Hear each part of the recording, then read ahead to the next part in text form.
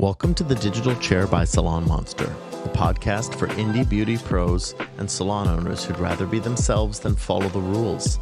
I'm your host, Liam, and this week, my guest is Allison Webber, also known as the green-haired stylist, who is an educator as well as a vivid and blonde specialist based out of Charlotte, North Carolina. We discuss teaching vivid color, mentoring assistants, and empowering local stylists. I hope you enjoy.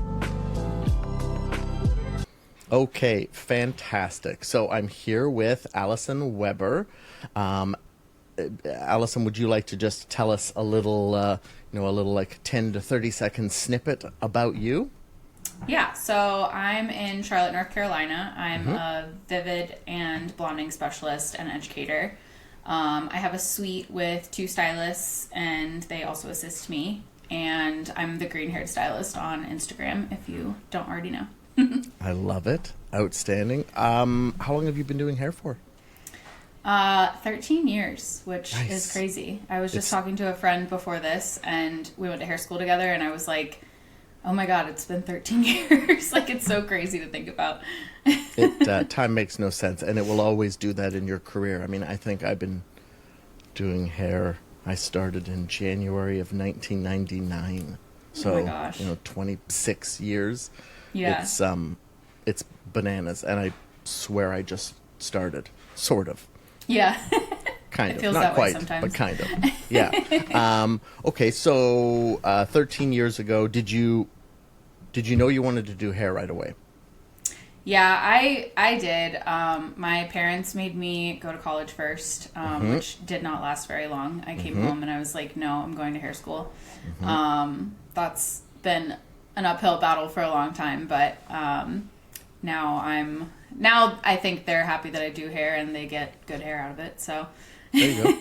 Yep. But if I didn't do hair, I wanted to be a journalist. Okay. I loved writing, and I did like the yearbook and newspaper like design work all through high school. So Awesome. I liked that part of it too, which I guess kind of makes sense, like designing hair. Yeah.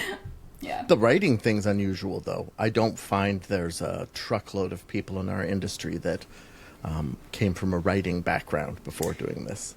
Yeah, definitely. Yes, yeah, creative. It's definitely far and few between. Yeah. That's amazing. So you went to college for a period of time, however long you felt like you had to before you could say, I don't want to do this anymore. Yep. And then how did it begin? Was it straight up just going to like the local hair school, or? Yeah, I went to an Aveda Institute here in Charlotte, and then that was a year, and then I worked at another Aveda salon in Charlotte for about a year. I went through their training program. I think I made it maybe a year and a half. Yep. I had been on the floor for a very short period of time, and I really hated it there. It was awful. It was an awful place. It was an awful training program. I literally had an educator call me a little bitch on the floor, like crazy. And Not uncommon. No, I get that you say crazy, so but bad. like it's less common now. Like Yeah. it keeps changing. Thankfully. But yeah. Yeah. So I left there. I had another friend from hair school whose parents were opening a salon in the same like general area, and my contract was almost up, so I jumped ship and we opened, and I helped them with their like social media and figuring out, training programs and stuff like that.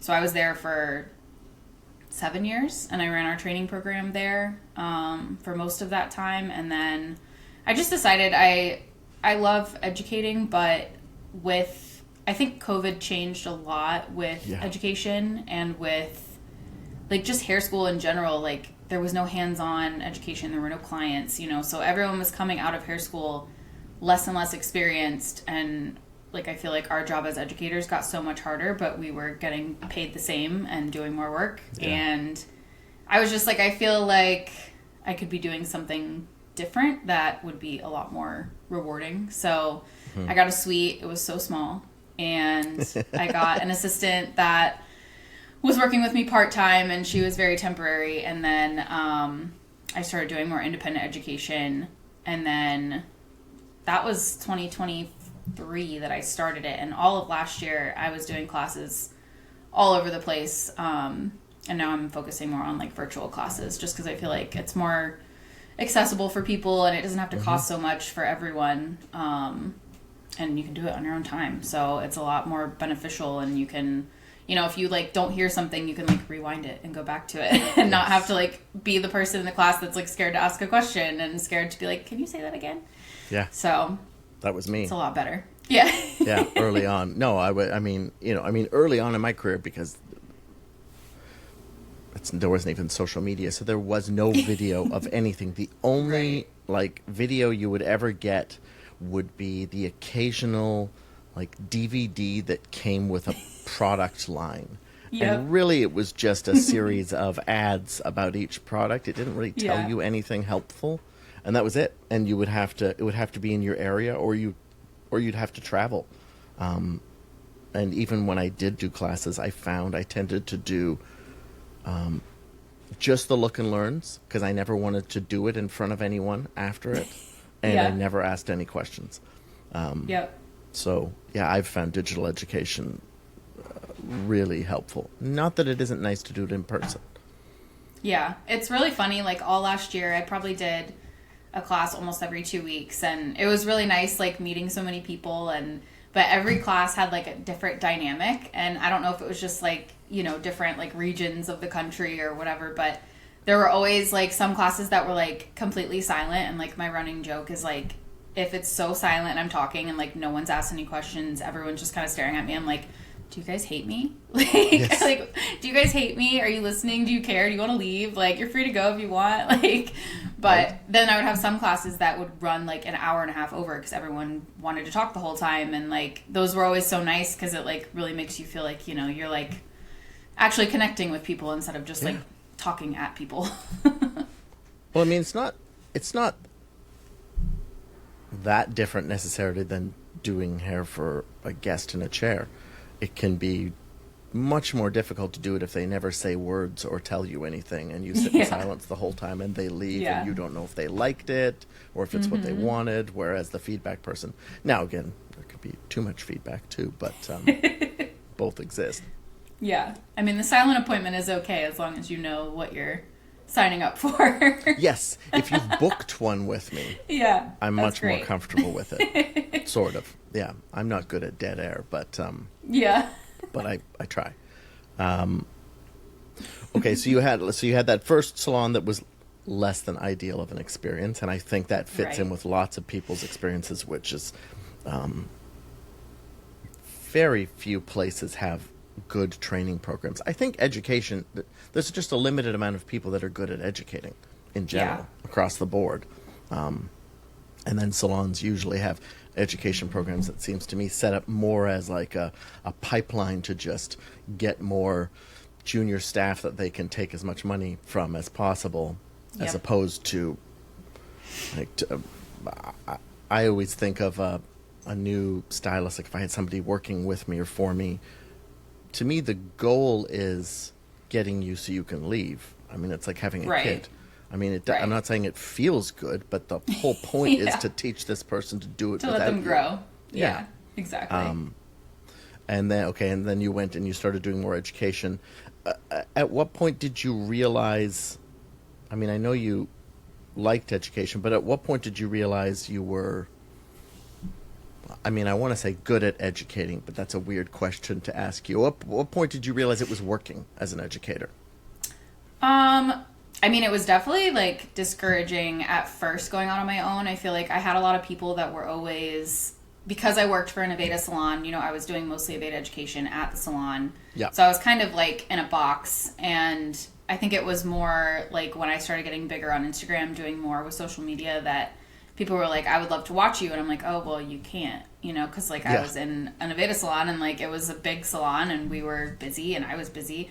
So once I left, I feel like it was a little discouraging at first trying to like figure out how I was going to do it. But I was pleasantly surprised with how many people in my area actually wanted to learn from me. And I have a few friends that own salons, so they were willing to host me, and, just trying to, see if it worked. And I think the big thing, especially in my area, is that there's not a lot of education for Vivids, but we do have a fairly large, like, Vivid community. Like, I feel like there's a lot of clients, and obviously, like, you know, everyone's price point is different, but I feel like there's not a ton of people that do Vivids well. And people that, I mean, like, I learned as I went, you know, just thankfully having clients who love me and are willing to let me experiment on them. But, you know, there were times that I messed up people's hair because I did something that I look back now and I'm like, wow, I should have known that.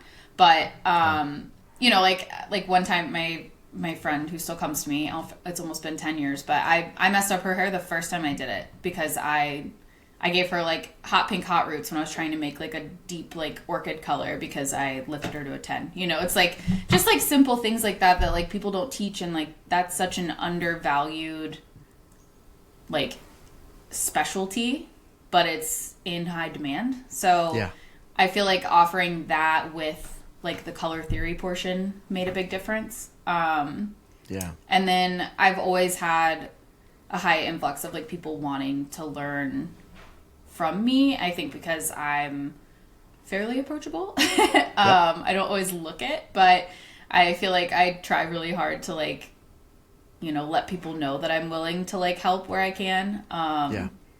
So I think that is something that, like, I don't really feel like we have that many, like, educators in our area either. Like, a lot of them are salon specific. So I think the demand is there. It's just the specialty is a little less looked at. Yeah. And okay, so you've started doing you've started teaching. Are you someone that preps more or someone that more goes in and figures it out based on the people in front of you? Both. So both, okay. I went through, I was originally, my goal for a long time was to become an Aveda educator for corporate. Yes. That did not really work out because I look like this. But, you know, like back then too, it was like before it changed a lot. They're probably a lot more open now. But like you couldn't have long nails, you couldn't have nail polish, you couldn't have, you were always wearing black, you know, not a lot of like crazy makeup, you know. But when I was going through their training program, you would like go through all these classes and then you would go to this last class. And after this last class, they would teach you basically how to teach. And that was one thing that like really was something they did really well, was going through like the different learning types. It's what those strict systems are good for. Yeah. I mean, they're not good for everything or everyone, but being able to break down how you do a thing. Yeah. And so they really kind of like drilled that into me. And after that last like class, you're supposed to be like invited to audition. And at the time you were invited to audition, and then it was going to be like one of 6 class curriculums that you had to memorize, but you didn't know which one they were going to give you. So at that point I was like, okay, I'm done. Thank you.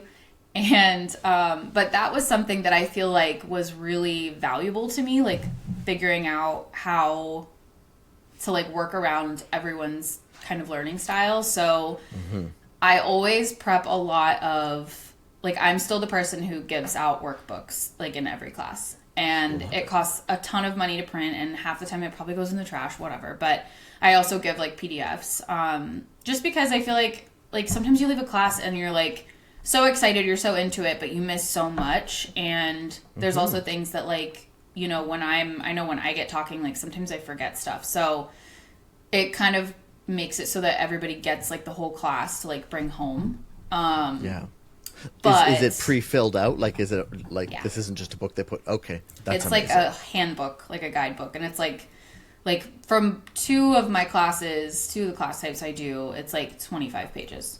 That's so amazing. Yeah, she's thick, but and I started towards like the end of last year, instead of automatically printing like everyone's copy, like I would send out an email and be like, who wants PDF, who wants, because they're like, I mean, those things are like $23 to print. It's crazy. Yeah. So a lot of people like having the PDFs. They have it on their phone. They can, you know, share it, whatever. So so I always have that. And then once class starts, I kind of like try to like get everybody at the beginning to like ask any like burning questions they have so that I know for a fact that like I'm going to answer them. Because I never want anyone to leave like thinking, oh, I had this one question and it never got answered. So that's kind of where I start and like gauge what people kind of are feeling and doing and where they kind of are as far as like comfortability. And then from there, I really wing the whole class. I really do.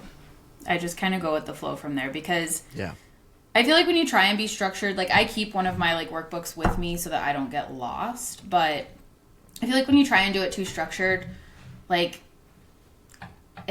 you just end up losing people. Like I feel like and then you kind of lose your own kind of sense of educating because you're so focused on like staying on this like strict schedule. And, you know, we're strict scheduled all the time behind the chair. Like why not make it more like free and like custom, I guess.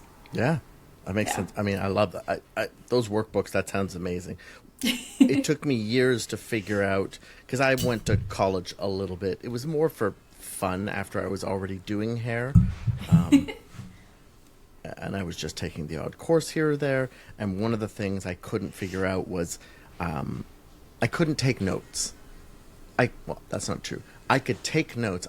I can either write or I can be present. But I can't do both. Now, you know, with an ADHD diagnosis, I've started to like put things together and figure out what was going on there. But like I can be present and I can listen to you, or I can write down what you're saying, but I'm not taking it in. I'm just writing down what you're saying, and reading my notes isn't good enough.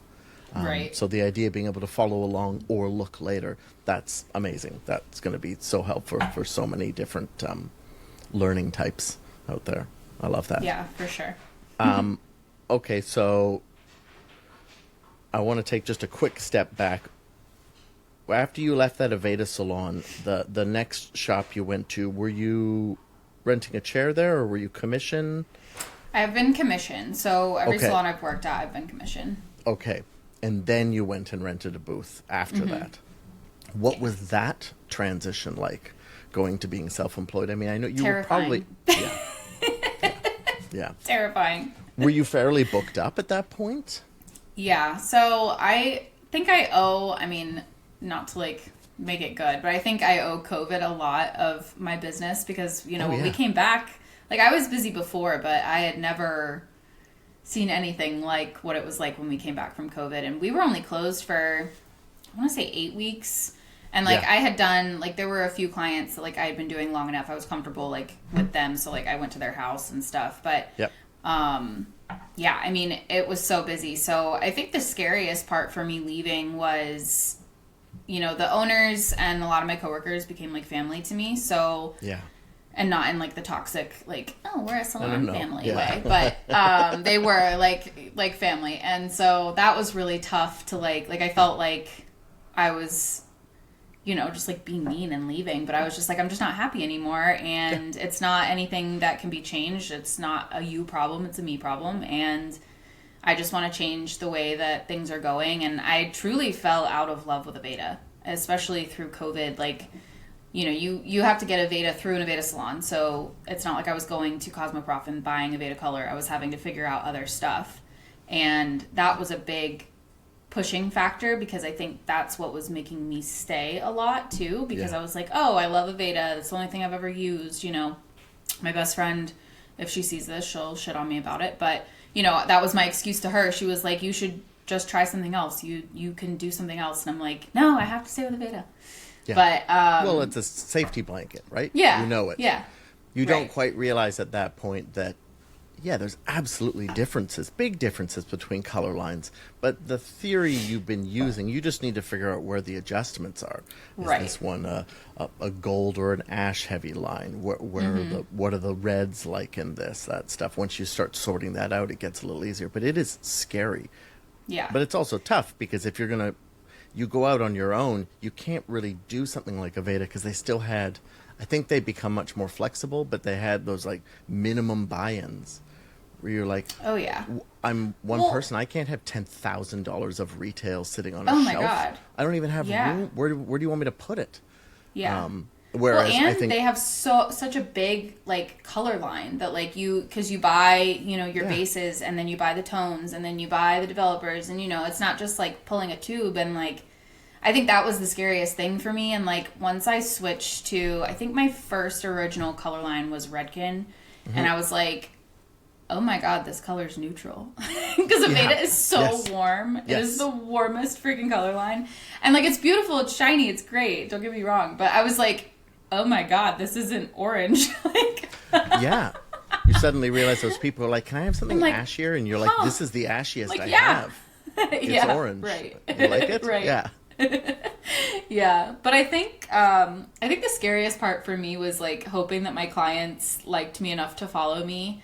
Yeah. And trying to figure out how I was going to double book. I'm a double booking stylist for most services, and not having an assistant was a really scary thought. And, I went into it and I was like, okay, like I don't have to double book right off the bat. I'll figure it out.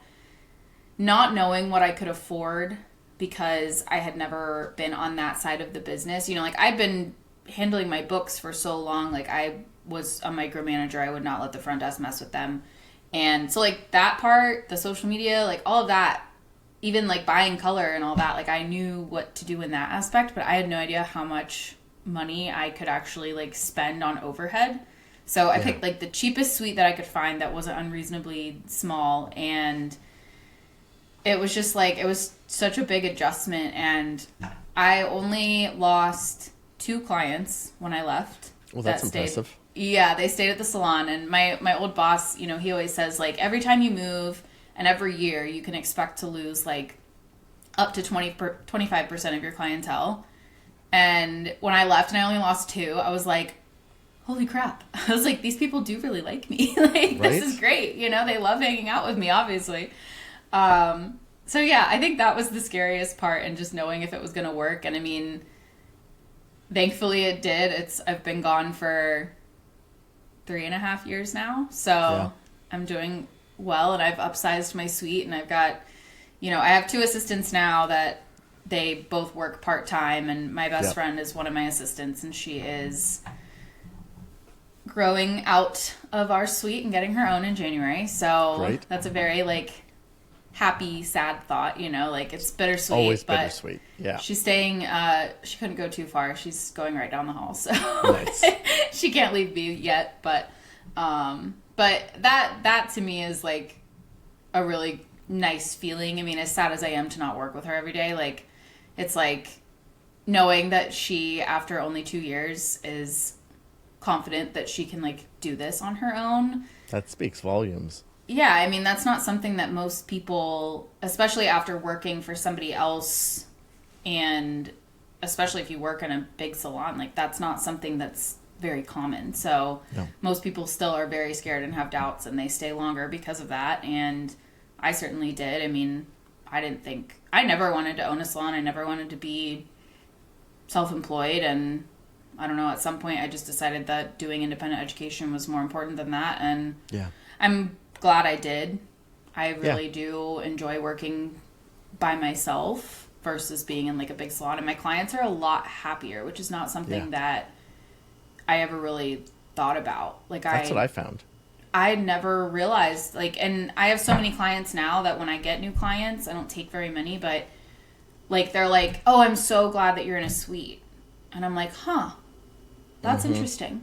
Which, as a new client, I would be scared, because it's like, okay, what if I don't like this person? Then I'm stuck here this whole time with one person, Yeah, I mean that's true. I mean, I think there's a few things that make that easier. You have a social media presence, so there's going to be a certain amount of people who, whether this is true or not, think they know you beforehand. Again, do they? But they feel like they do. So there's a level of comfort that comes from being able to see you before they see you. I think doing it at the point you did, you said 2.5 years? Give or take? You've been doing it? Or like, or you've been on your own? It's been, I think, 3.5, yeah. 3.5 years? So that was early or sort of like peak COVID. I think there was also a comfort level. I mean, we were shut down for, I think, 3 months here. Oh, wow. I'm in Vancouver, I think. And I decided, I'd been renting a chair. I'd been self-employed for years, but I'd been at a salon. And I decided to go take my friend's days off in her suite. And I was a little freaked out, both about being alone, which is a little funny because you aren't. I mean, Right. like, that's just not how this works. You're never actually alone. And I think there were a bunch of people, not everybody's clientele, that were more comfortable at that point in a pandemic to not be around 15 people. Right. Yeah, and I'm like you. There are two like distinct groups of people. It feels like to me during COVID, those that either left the business or did or lost money because of it, separate from being shut down. Yeah. And those that just got busier. Like I got busier, way busier. Yeah. I started inheriting clients from people who decided to stop doing hair and or wanted to be in a one-room space and not. Yeah, so I mean, I feel like there's a bunch of us actually did really well. Plus the digital education, the platform changes, all that stuff. If you were able to use that either for education or for your business, I mean, that's awesome. That's awesome. Yeah, I think too with COVID, like, I think, we obviously are not essential. Like, getting your hair done is not essential, but I feel like it does kind of like put it into perspective for a lot of people that were like, oh, I could go 6 months without getting my hair done. And they're like, no, I absolutely fucking couldn't. Like, right? I cannot. And I think that's, half of them did their own hair. Yeah, like you know people what I mean? desperate. Half of people went and did stuff. I was doing take-home color kits for people, like for the gray coverage crowd. I wouldn't be doing a Vivid's take-home color kit, but I mean, go for it. But I found people were so excited to be back. Also, I had a certain amount of people, and I'm sure you did to a degree. I was the only person they actually saw outside of the people they lived with for 18 months or something like that. Depending on the sort of community you're in. So I think you're right. It's not essential. No one's going to die not having us around. But they sure were happy to be back, at least in my world. Definitely. Yeah. And I think like the mental health part of it too, like, now we talk so much about mental health and ADHD is normalized now. Like we actually get to be like represented and, it's like, we don't think about the small things like that. Like for me, it's my nails. I get my nails done every 3 weeks, sometimes 2. And like, I get designs. That's like the thing that I do for myself. And, it's like for some people that's hair and like getting to either go somewhere and just sit in silence or go somewhere and listen to someone else talk about their life or be able to share things that they don't normally get to share. Like that goes a lot into mental health. And I think that helped our industry a lot because I think that I personally connect a lot more with my clients now than I did before COVID. And I think it's a lot more personal for all of us. And like, I'm very thankful and very blessed that my clientele, like I don't have anyone I don't like. Like I've kind of weeded everybody out that like wasn't necessarily my person. And like, I would call almost every single one of my clients a friend, like I could literally, like when that trend was going around on TikTok, like text your hairstylist or text your client saying, oh, we were here until, 10 p.m. last night, right? My boyfriend's asking, like, I feel like I could do that with any of my clients. And they'd be like, yeah, I was with you, like, I feel like that connection became so much stronger for a lot of people. Yeah. My guess is you're probably also comfortable being personal in the salon. I mean, I don't know what it was like at the first shop you were at, but probably similar to mine in that, there were the rules around you don't talk about like sex, politics, or I'm trying to remember what the other thing was. And I'm religion. Those are the only things I want to. What are the other things? Yeah. I don't understand. Just like sports? How am I supposed to get to know someone? Like, Yes. Yeah. Those are like 3 primary things I want to get into. No matter what your feeling about any of them are, I would like to openly talk about those things and then some other stuff. That's awesome. Yeah. I love My it. first salon was very, they wanted to be very high end. And I mean, it was just like a little bit older of a salon. So it was like outdated. But they were still like trying to be like luxury. And it's just a different brand of luxury than like we have now in luxury salons. But, like they were very much like, you don't talk about your personal life. Like we weren't even allowed to bring our phones on the floor. Like if we had our phone in our back pocket, like someone would come take it and put it in the break room. Like it was so bizarre. Yeah. And so my second salon, the one I was at for 7 years, like they wanted very much to focus on like the employee side of things to make it like a better environment for people to work, not just for clients. So I was able to be a lot more personal, but I definitely wouldn't have been, I don't think, as personal as I am now with my clients being in like a bigger salon. Yeah. Yeah. There were some strange salons to come up in, weren't there? Yeah. Yep. I get it. You know, it happened in multiple industries, that shift, right? Like fine dining disappeared to a degree. It exists kind of, but it turned into casual fine dining. Nobody wanted to be at the restaurant where you weren't allowed to like speak, or staff couldn't speak, and you never made eye contact with them. I mean, I can't do that. Are you kidding me? It's so weird. I'm not supposed to look at you and just let you do things for me? Right. I would rather help and start working with them than I would in that situation. Did you, either early on or further into your career, did you ever have any mentors? Yeah, or anybody you feel like? I don't mean it doesn't have to be official. I don't mean did you have a coach? You can ask that or answer that too. But like, did you have anybody that sort of spoke to you, that helped you along, taught you stuff? I had educators at my first salon, and there were a couple that like I felt like I could trust a little more than others, but for the most part I didn't really have, like, I feel like it was, I mean, for lack of a better word, like a pretty toxic environment. So I felt like it was like, sure it was. You know, people that would make you think that you could trust them, and then they would turn around and just get you in trouble. And I feel like the people that I looked up to the most were people that, you know, I saw online. And like, it's so crazy. Like I had like a full circle moment last year. Pinup Jordan followed me back, and she was the first Vivid artist I had ever followed, and I looked up to her so much over the years, and like when I first started doing hair. And so when she followed me back last year, I sent her a message. I was like, you have no idea what this means to me. Like, right? So it's so funny. Like, and you know, now, like, you know, I'm going to Rainbow Convention. I went last year, and like, we're friendly, you know, we're not like, we don't talk all the time, but like, she's so nice to everyone. And she's just one of those people that's like so passionate about being like good, you know, like she really tries to help the community and help the, even outside of the industry, you know, like she does so much, and like she's so talented. And so I think she's probably one of the biggest people that I looked up to, but I don't really feel like I had any big like mentors like in person, like physically, because I just don't really feel like there were many people around me that wanted me to succeed in the beginning. And I had some pretty good instructors in school. Like, I don't feel like school was a terrible experience for me like it was for a lot of people. Like, of course, there's drama, but, you know, like, I feel like the instructors were decent people, and, like, actually, like, cared about us, which was nice. But that's great.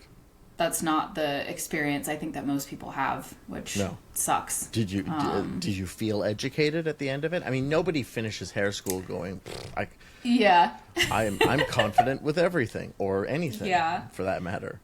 I felt like I had a good grasp on color and like that's great. Formulating and color theory. I don't feel like cutting was ever my strong suit in school. It's probably your brain, right? Yeah, I mean, you're probably just like wired. Right? Like, for instance, color theory, it's still a work in progress for me. I don't inherently understand it. I have to do a lot of effort to get from point A to point B. I really have to not just do the, you know, what's the underlying pigment, what's the target, but really, okay, what's going on here? What am I looking at? Thinking you about it. You can't visualize it. No. Whereas I can visualize cutting now. Yeah. Not to begin with. I think I spent most of the beginning of I did an apprenticeship. I didn't go to school, and I think I spent most of my apprenticeship doing the same thing I'd done through school before that, which was masking and giving people the impression they were a really good educator, so that we could get past the part where I don't know what you're talking about. Especially the gifted people. The gifted people made assumptions about steps. Like the more gifted someone is, a lot of the time they skip a step because it's intuitive to them. They're not thinking about it as an actual step. And so they would teach me. It's not always like broken down all the way. Yeah. Whereas I remember my aha moment was I had somebody that came in. I did a lot of scissor over comb cutting to begin with. At the salon I came up in, you weren't even allowed to touch clippers to begin with. You had to be able to do a full clipper cut with scissor over comb before you could do that. And I got this one client, Alec, and he came every 2 weeks. And I did his hair for like close to 15 years. And it was that repetition that I was like, okay, I started to understand it. I could start to look at it and got growth direction, and that stuff made sense to me. But the color theory, that's a work in progress. You see shapes, not colors. Yeah, exactly. That could be why. Yes. Yeah. I can't really see shapes like that. Like I don't dislike cutting, but I don't love it. I love it when it's pertaining to my color. Like I don't want to do the color and pass my cut off to somebody else. Like I could never departmentalize, but I don't do men's cuts, but my family, and I have one male client. His name is Joel.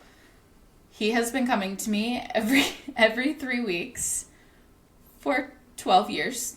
And he is like, same thing. Like we were taught only scissor over comb, only fingers and scissors, like no clippers. And I didn't even really learn to use clippers until maybe like 3 or 4 years into doing his hair. And I had knee surgery, and he had to see a coworker of mine, and she had used clippers on him, and I did it like one time, and I was like, I think I just like the way it looks better with the scissor over comb. Really, I just had no idea what I was doing. Yeah. And it took so much less time. Yeah. It took so much less time. I was like, I've got to figure these out.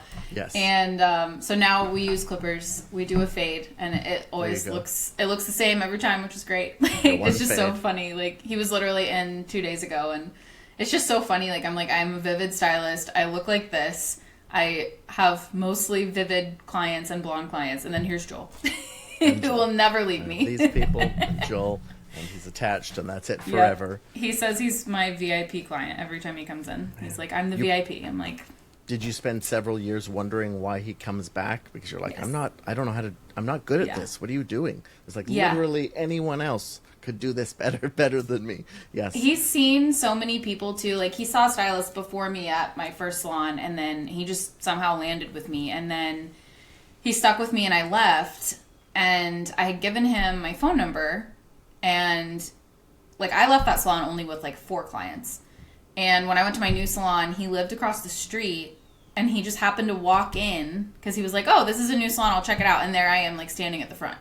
So, yeah, it does make me wonder sometimes, even still. I'm like, anyone could cut your hair, man. Like, why me? You know, like, it's so funny. But now I think it's, like, the highlight of his month. Like, every 3 weeks he comes in and he gets to chat with me and my assistants and, you know, gets his, like, social and you time. build a relationship, and especially when you have assistants, like, when you get to be that person that comes into, cheers, and everybody says your name when you walk in the door. And you get a feeling you don't get in other places. I remember I apprenticed under somebody that was always adamant about never turning your guest away from the mirror while you do their hair. Now with barbering and fades and stuff, there's a technical purpose to that, to looking in the mirror. But he just had this, he was big on customer service, not hoity-toity, fake high-end customer service, but guest experience. Yeah. And he talked a lot about the importance of greeting people right when they walk in the door, because people are inherently, they think we're super cool, which you and I will have a different feeling about, where it's like, okay, I guess. And so it's an intimidating place to walk into. Yeah. So I have a feeling for someone like Joel. When you get to walk into what feels like a really cool space and be part of it, which most of us don't get to do in the bulk of our life. It can be such a good feeling. That guest experience thing, I'm so adamant. I remember when I first went to, have you ever been to an izakaya restaurant? Like a Japanese izakaya restaurant? Like a hibachi place? No. sort of. It was a type of, I might get this wrong, but it was almost like a Western North American style bar in Japan. Okay. It's like pub food. Okay. And when you walk in the door, all staff turn and greet you. Everyone in the whole restaurant shouts out a greeting to you. Oh my gosh. Every person, there's just a huge, you just hear it from across the place. And look, the first time you do it, when you don't expect it, it's a touch on the off. You're like, inside. whoa. You're like, oh my God, I'm going to leave. It's kind of like welcome to CC's, like when CC's was a thing. Why is everybody looking at me? Ugh, okay.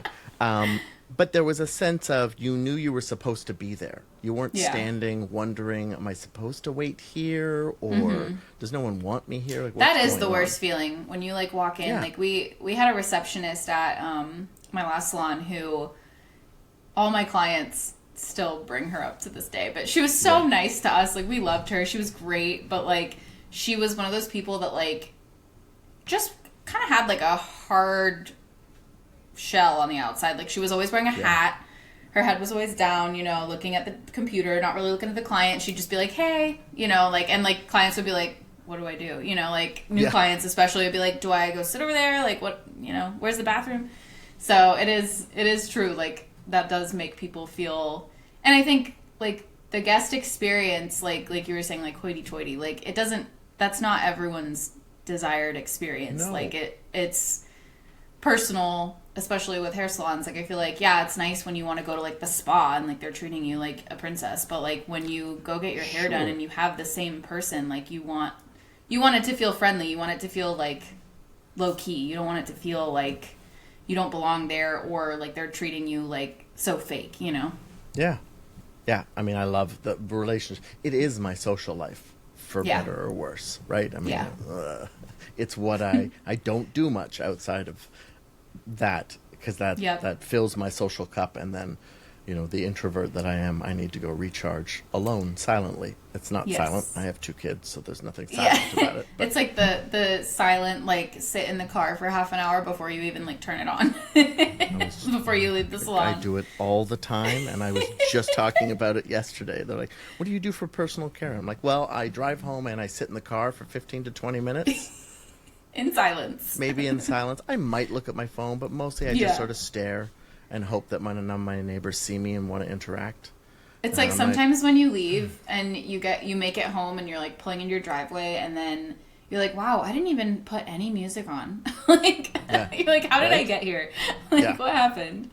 I come to work 90 minutes early now because I need transition time. I have to. I can't just start. I need to remember how to be the way they need me to be. You gotta put like your human suit back on. Yes, exactly. Yeah, that's like when I first left my salon.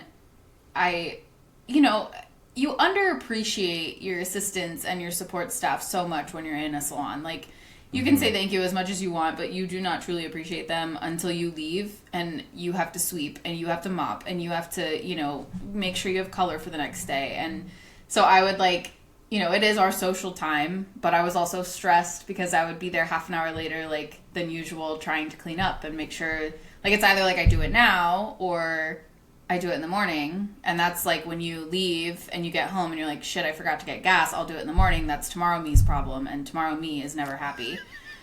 Ever. Tomorrow and you know what? Me may also avoid it. The tomorrow same way today me did. Will be mad.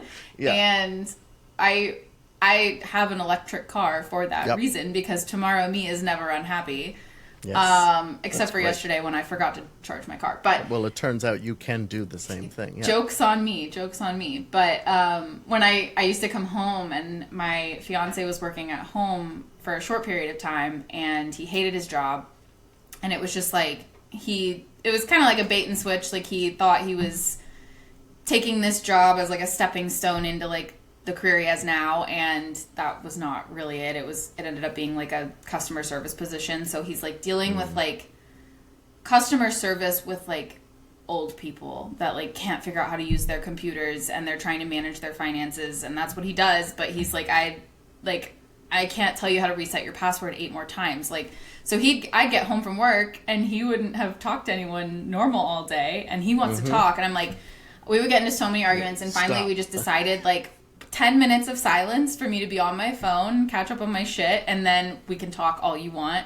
Yes. Now we don't have to do that anymore, but that really like was like the adjustment period of like, okay, 10 minutes of silence, then we can talk. Then exactly. I can be a person for you. We have the opposite problem at the end of the day. Yes. Yeah. I'm done.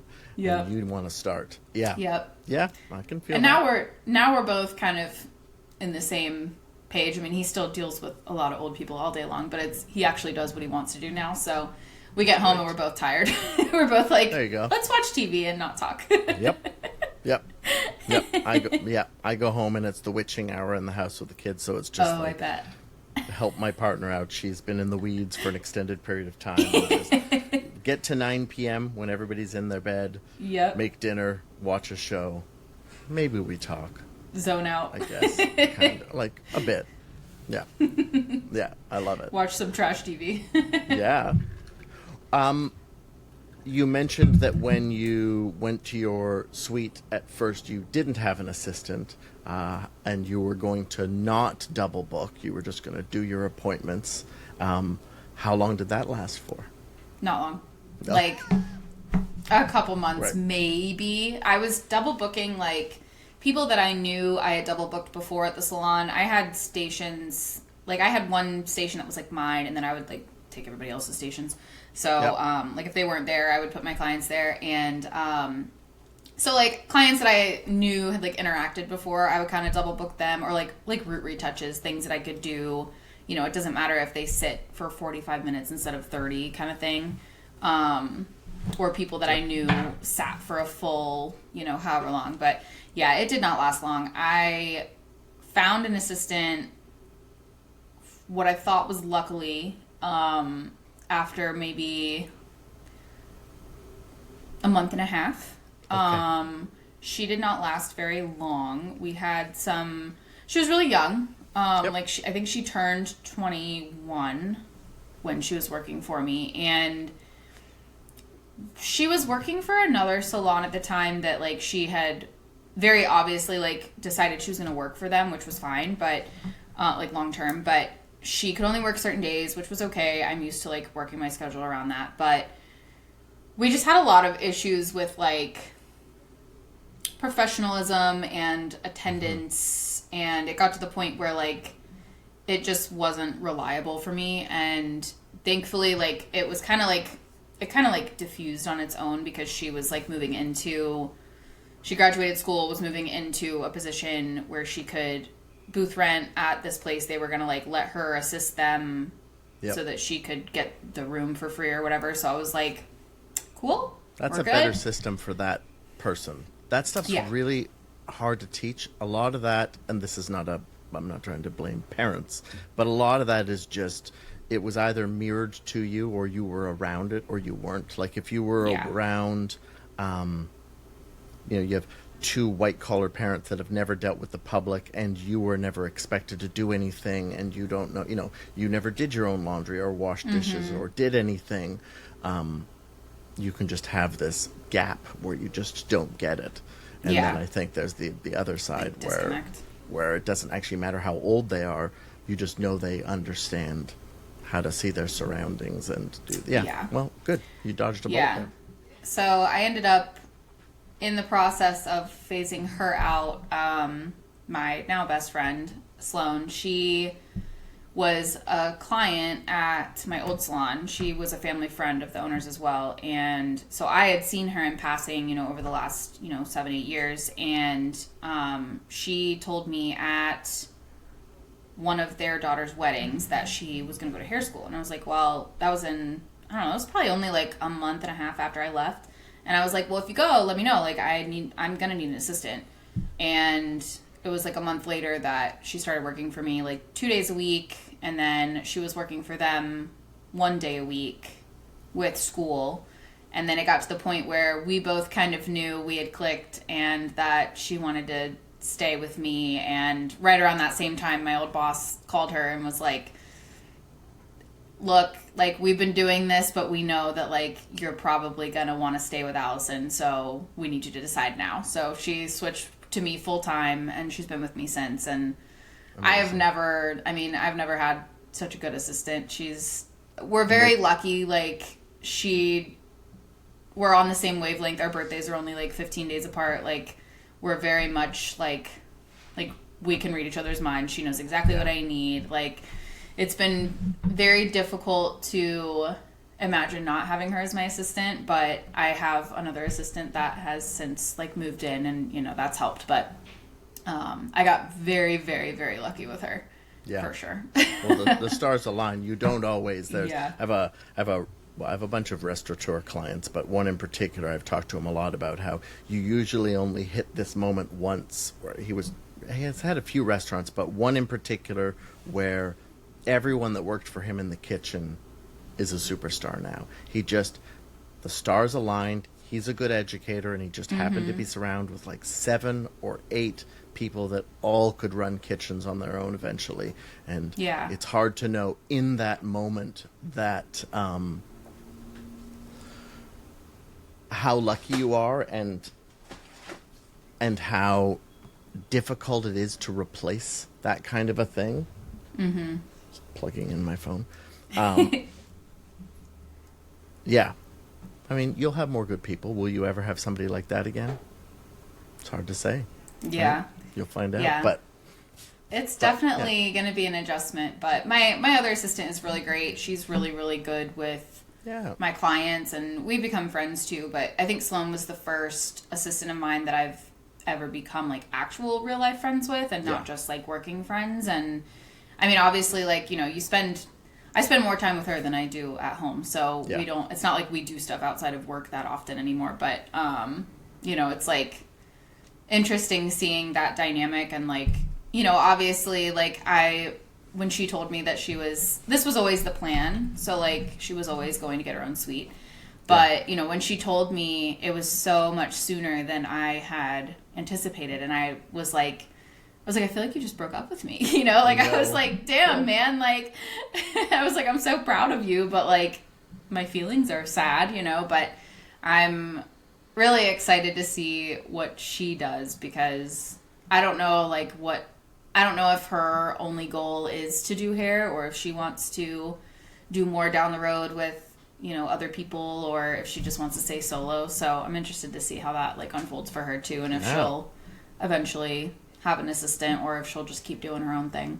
You were part of that. You get to see it, and it sounds like they were exactly the right person for that time, like getting you through that, being out on your own for a period of time. You're probably vastly more confident as a business owner than you were when she started with you. So that's great. And that's what I've like said to her. I'm like, you know, I want to help you, because I want, you know, like, I mean, owning a business, regardless of how long you've been doing it, like, you can know it like the back of your hand, but you still learn something every day. So, like, I'm like, I just want to make sure you're set up better than I was, because I went into this knowing nothing. I mean, if my other friend helped me, she had left the salon, like, I don't know, 5 or 6 years before me. So she had been on her own, and she helped me get everything started, and I still felt like I didn't know anything, you know? Like, I'm like, I had still, even today, like, we were out of something the other day, and I was just like, oh my God, I feel so dumb. Like, it was like a 5N or something. Like, I was like, something so, you know, necessary to have on hand all the time. And like, there it went, you know? Like, it's just stupid stuff. Well, only a couple more things I wanted to ask you about. Okay. I saw, 1,000 things, but obviously we don't need to talk for 7 days. It looks like, so I see Danger Jones Creative in your bio. Mm-hmm. How long have you been working with them, or being a certified? I don't know if you work with them. Is that like a certification process? Both. So they just launched their certification program maybe like a month and a half ago. So you can go online and like learn about all of their products and take a test, and then you get the certification. They have like different different tiers of like social media kind of certifications for people that like, because they're all about like building the community. So like the more you tag them and post about them, the more that, you know, you can get like different like certificates basically. Yeah. But I've been working with them for 2 years now. Love it. I think. Yeah. Loving those products. I mean, yeah. it must be nice. I mean, it's been a while. Do you like, now that you've left, a salon, using a specific brand, that you get to do whatever you want, use anything you want? Yeah. Yeah. I mean, I will say I am mostly Danger Jones. I use their bleach, their toners, their Vivids. The permanent color comes out next year, so I'm excited to see that. But yeah, I mean, it's been really nice being able to like experiment with different product lines, and like for the most part I've stuck with the same things, but I do really like the thing that sucks about working at a branded salon is like if there's one product that you really like from something else, you don't have it. So like but like also I like, so like we do mostly virtual retail, but like we use Amika, Unite, Moroccan Oil, Kenra, like there's like certain products that if they work great and they're from different brands, I'm just gonna get them, so we have like some so brands many different just make things. the best version of a thing. Yeah. I don't want the third best. I want the best version of the thing. I don't need the knockoff of it. I want the thing. Yeah. No, I remember when I wasn't able to use like Shades EQ at a place where I couldn't use Redken. Now I don't really use it that much at this point, but I loved getting the chance to, and I love choosing individual things. That is awesome. The bleach, is it on-scalp bleach? Or both? Yeah, so you can do on-scalp or in a foil. They have a cream lightener that just came out. That one's really nice. They focus a lot on like scalp comfort. So everything, especially because they started with making Vivids first. So, we're using a ton of bleach on the scalp, and I have a bleach sensitivity, and there is seaweed in the powder lightener and in the cream, and that is a big like anti-inflammatory product. So amazing. That helps a lot with like soothing everything. And I don't have nearly, the only time I really have reactions now is if we're doing it really fast and rough. Stimulating the scalp a little too much, or if I've washed like too recently. We just did my color on Sunday, and my other assistant did it, and she's so gentle that like I didn't have any issues, but I hadn't washed my hair in over a week, so I was like, we weren't sure what day we were gonna do it, so then I kept not washing it, so I was like, sorry. But you've done a scalp oil treatment beforehand, essentially. Yep, exactly. That's great. That's awesome. Are you on scalp bleach? Are you somebody that follows those rules that are always like you never use above 20 volume on the scalp? Yes, that is one time I do follow rules. I don't use anything over 20 volume with bleach at all. Okay. We don't even own 30 or 40 volume at the salon. Interesting. The only one... Is it just about time? So it's just waiting longer for it to process? Or are you using heat? Are you... Not using heat. Putting caps on things? Are you...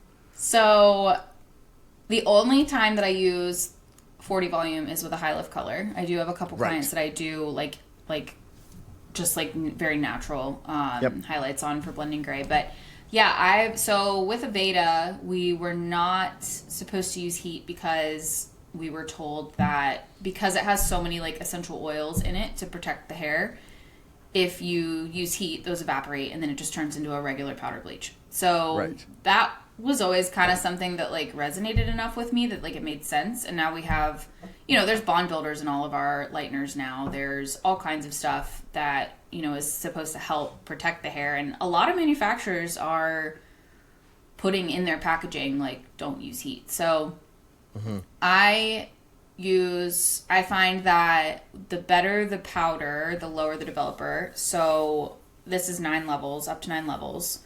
I was using Blonde Me before from Schwarzkopf, same thing. Yep. And because the powder's so powerful, I don't really need a lot. So, like, even today, I didn't use 20 volume on anybody. I used 5 and 10. Right. So for on the scalp, I will use 20 always because obviously it's open air processing. Yeah. And I have some people that like to go a little longer between their retouches than they should. Yes. So all of mine do is the problem always, I run into. Where I'm like, what am I supposed to do with that? And you want to be out when? I'm not sure I can make chemistry be different. Right. I'm like, can your head be any hotter? So I'll use a processing cap for on the scalp. But when it comes to foiling, the only thing that I will do for heat is I will do a dry towel over the foils, and then I'll do a hot, wet towel. And I have like a towel warmer. Yeah. And then I'll put a dry towel on top. And that like was something that I learned from a coworker at my old salon. But it, the wet heat doesn't make the oils evaporate as much. It keeps it moving. So humidity, the lightener's not drying out. And so it's a lot safer and you don't get over processed as much because it's not drying the lightener out. So that is how I do it. And I have never really had any challenges with it. Anytime I've used 30 or 40 volume, it's always so much warmer and so much drier. So I've just never really... Yeah. Maybe with a clay lightener if I did that, but honestly, I hate clay lightener. Yeah, I hate it so much. I would love to say I was somebody that really got into hand painting. Yeah. When foliage started to become a thing, it was like that one. Like, yes, that one. Here we are. I want it in a foil. Yep. I had too many clients that had dark bases. I'm like, they didn't say carrot. That's not a color they described when they wanted. And I'm like, I get it, but all the videos you're watching are on like natural level 7, 8 clients. Exactly. Yeah, right. It gets to almost 10 for sure, but I can't do that with your level 3. Yeah. Well, then you have the people that are like so good at doing that. That's like their specialty, and they're mixing regular lightener in with the clay lightener. So like, and then they're using the saran wrap, and then and I'm just like, I'm just gonna stick it in a foil. I can't. No. No, like when I was coming up, highlights had only been around for so long when I started. Like when the people around me, there were cap experts around me. Right? You would watch this person put a cap on someone's head and do a full head of highlights. It took 10 minutes for them to do it. And then they would just like, their assistant would take over, and that would be $150 back in 1990, whatever. We were toning. In fact, the greatest toner that I've ever used was in the late 90s, early 2000s, and then disappeared. I'm trying to remember what it was. It was a Wella product. It was a true semi. Because they came out with their Color Touch. Yeah. Demi. But before that, there was, I'm drawing a blank on the name, but it was like, it's the greatest toner that I'd ever used, and I've never used one that good since. Yeah. Well, I'm cognizant of time. I really appreciate you coming and doing this. I would love to do it again at some point. I also think I'm going to have to go and find one of your classes because I would like to do more in the world of vivids and just bleaching. Just get better at that in general. I get that. Where can folks find you on the internet? I know you said your Instagram handle, but let's hear it again. I'm mostly on Instagram. I'm at the Green Haired Stylist, and my TikTok is the Green Haired Stylist, but there's not much going on over there. It's really interesting. I like to scroll. I don't like to post on TikTok. I spend more time on it, and I did create a work account. Yep. But nobody's doing that there. They've tried, and I see videos. People. Yeah, exactly. I really do. Yep. All right. Fair enough. You and me both. Well, thanks so much for taking the time. I really appreciate it. Thanks for having me. And we'll do it again one day. Yeah. Sounds good. Okay. Take care. Cool. Thanks.